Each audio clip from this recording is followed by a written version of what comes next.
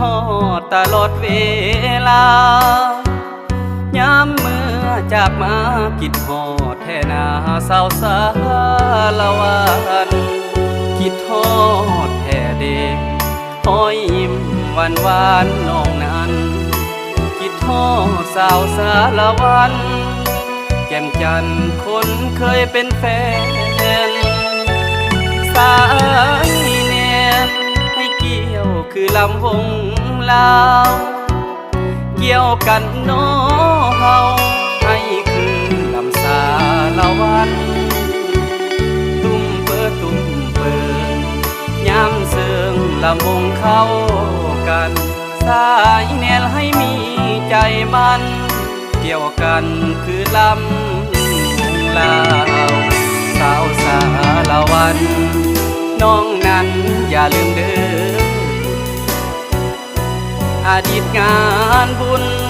ปีใหม่13 เมษา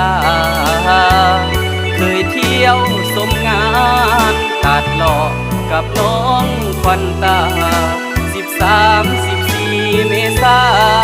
เขายังมาเที่ยวสมสวนแคนแฟนน้อแฟนปีนี้ไปอยู่ใส่นาไปตัดหลอกบ่เห็นกันดามาสวนแคนไอแทบเป็นลมบ่กินบ่ฝันเศร้าสาละวันเปลี่ยนสายอื่นส่งการหาไอเลยลมตอมตนอยู่ที่สวน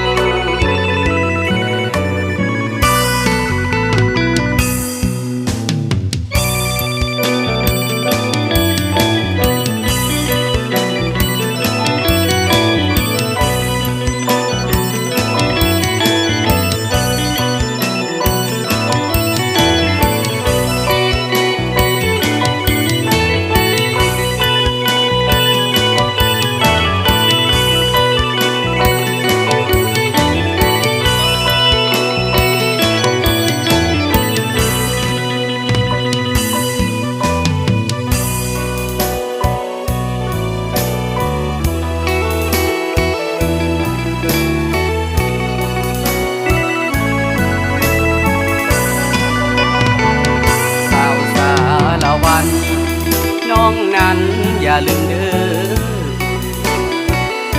ออดีตงานบุญปีใหม่13 เมษาเคยเที่ยวสมงานตัดต่อกับน้องควันตา13 14 เมษาเขายังมาเที่ยวสมสวนแคนแฟนน้อแฟนปีนี้ไปอยู่ใส่นาไปตัดหลอกบ่เห็นกันดามาสวนแค่นไอแทบเป็นลมบ่คิดบ่ฝันเศร้าสาละวันเปลี่ยนสายอื่นส่งการหาไอเลยลมตอมตนอยู่ที่สวน